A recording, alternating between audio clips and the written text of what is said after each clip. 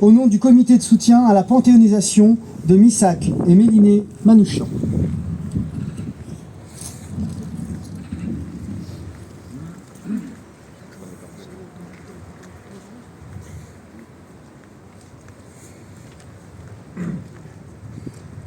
Mesdames et messieurs, Madame la sous-préfète de la Seine-Saint-Denis, Madame la députée, Mesdames et messieurs les élus, Monsieur le commandant de police, Monsieur le capitaine des sapeurs-pompiers et son lieutenant, Messieurs les présidents d'associations d'anciens combattants, chers porte-drapeaux, Mesdames et messieurs. Honneur à ceux qui vont nous survivre et goûter la douceur de la liberté et de la paix de demain. Je suis sûr que le peuple français et tous les combattants de la liberté sauront honorer notre mémoire dignement. Au moment de mourir, je proclame que je n'ai aucune haine contre le peuple allemand et contre qui que ce soit. Voici les mots de Missak Manouchian, tirés de la dernière lettre qu'il adressait à sa femme Méliné, la veille de son exécution. Aujourd'hui est le jour de l'entrée du couple Manouchian au Panthéon. Il accédera au plus haut lieu de la mémoire nationale et républicaine, 8 décennies, jour pour jour, après l'exécution de Missak, le héros de l'affiche rouge, au Mont Valérien. Depuis longtemps, la résistance est représentée dans sa diversité au Panthéon par des personnages illustres, de Jean Moulin à Joséphine Baker, en passant par Simone Veil et Jean Zay. Mais il manquait la résistance communiste. Cette résistance communiste s'inscrit dans le mouvement antifasciste bien avant l'occupation. La France, meurtrie par la Grande Guerre, est devenue un pays d'asile où de nombreux étrangers sont venus pour travailler. Beaucoup aussi fuyaient des contextes politiques graves. Les Juifs fuyaient les pogroms à l'Est, l'arrivée du fascisme en Italie, en Hongrie, en Allemagne, et les plus grands drames du début du siècle, le plus grand drame du début du siècle, le génocide arménien, raison du départ de Missak. Arrivés en France, ces immigrés ont trouvé au sein des groupes de langue de l'internationale communiste et syndicale un cadre d'organisation pour lutter contre la concurrence des nationaux et des étrangers et se battant, pour les plus engagés d'entre eux, contre le grand patronat et le fascisme. Missak prend ses racines françaises dans cette histoire. Cette main-d'œuvre étrangère, renommée ensuite main-d'œuvre immigrée, sera la première à former les bataillons de brigades internationales pour aller combattre le coup d'État de Franco en Espagne. Les brigades internationales enverront plus de 35 000 volontaires, dont 10 000 Français, faisant des communistes espagnols, français et de toute nationalité les premiers antifascistes et les premiers résistants. Les premiers qui tombèrent dès 1936 par milliers sous les bombes de Mussolini et d'Hitler. Cet engagement, malheureusement, n'arrêtera ni Franco, ni les troupes allemandes en France. Et très vite, à partir de 1939, les communistes deviennent illégaux et les élus du Parti communiste sont arrêtés. Dès la capitulation, l'appel du 17 juin de Thion contient « Les gouvernements bourgeois ont livré à Hitler et à Mussolini l'Espagne, l'Autriche, l'Albanie et la Tchécoslovaquie. Et maintenant, ils livrent la France. Ils ont tout trahi. » La résistance communiste étrangère, où beaucoup ont déjà connu le risque fasciste, s'engage alors pleinement dans la lutte contre l'occupant. La répression bat son plein, déjà traquée avant le premier acte de résistance, qui a consisté en un catapultage de tracts sur un convoi de Pétain. Jusqu'à la politique des otages, qui verra une large majorité de communistes abattus, considérés par les nazis comme étant des Français de peu de valeur. Les francs-tireurs partisans, main-d'œuvre immigrée, s'illustrent comme piliers de la résistance armée en France. Avec une cinquantaine de camarades actifs, les groupes de Manouchian à Paris organisent près de 30 opérations armées d'août à novembre 1943. C'est à cette période que Missak Manouchian devient apatride et le restera jusqu'à sa mort, cette répression s'accentuant jusqu'à l'assassinat de nos camarades.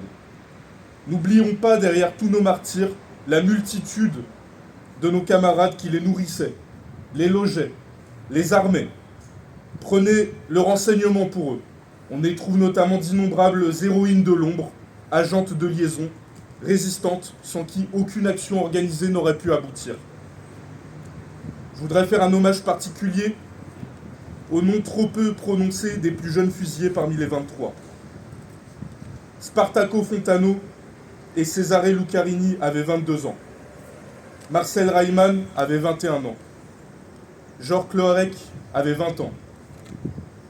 Robert Vitschitz, Rino de la Negra, qui était footballeur au Red Star Olympique, Maurice Fingerswag avait 19 ans. Et Roger Roussel, Wolf Weibrot et Thomas Elec avaient 18 ans.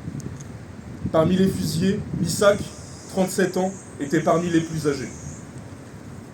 C'est l'après-midi du 21 février 1944, à Suresnes, les yeux découverts face au fusil de leur bourreau, que Manouchian et ses camarades seront exécutés entre 15h16 et 15h56 avec 7 salves.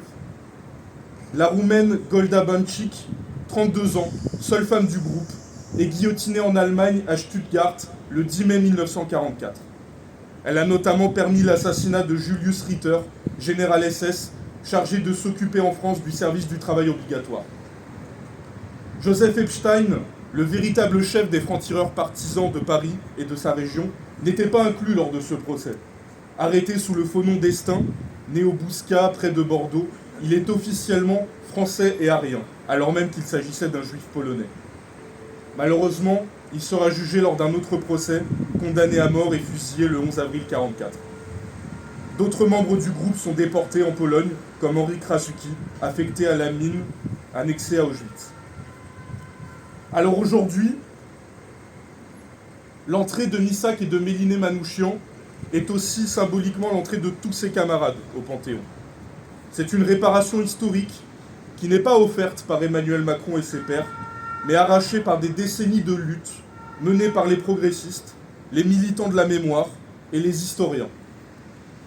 C'est une victoire et une reconnaissance sans précédent du rôle des militants communistes étrangers, antifascistes, dans la sauvegarde de la République.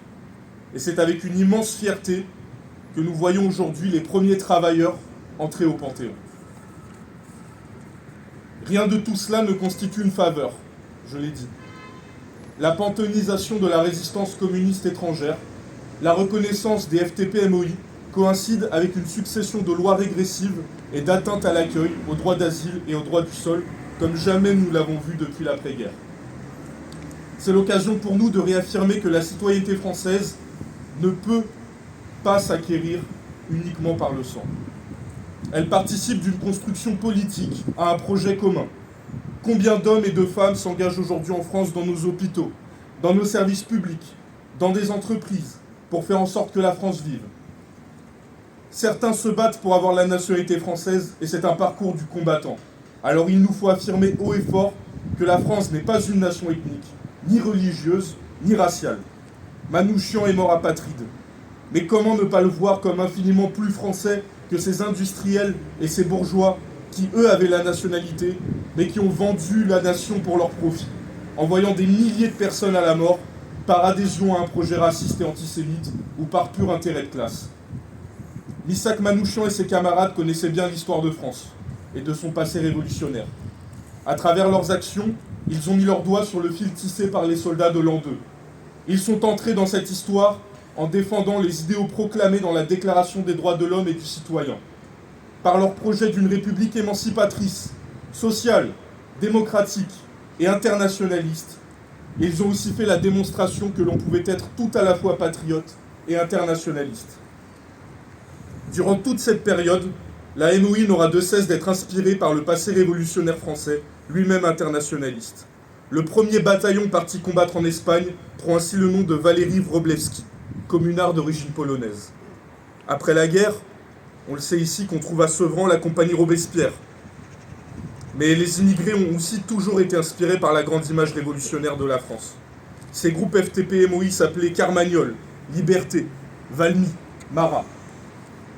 Nous n'avons pas fini de combattre et de défendre la République sociale et universelle, et nous n'avons pas fini de nous souvenir de nos martyrs.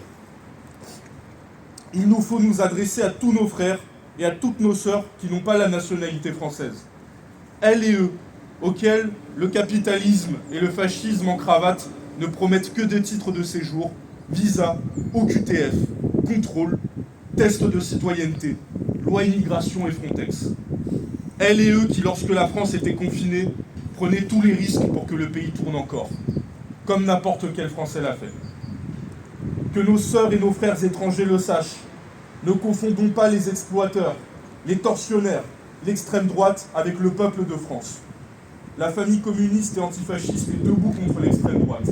Hier, aujourd'hui, demain, nous la combattons. Soyons fiers de celles et ceux qui nous ont précédés. Camarades, affirmons que rien de ce qui est humain ne nous est étranger. Isaac, nous, le peuple français, et tous les combattants de la liberté, sauront honorer votre mémoire dignement. Je vous remercie.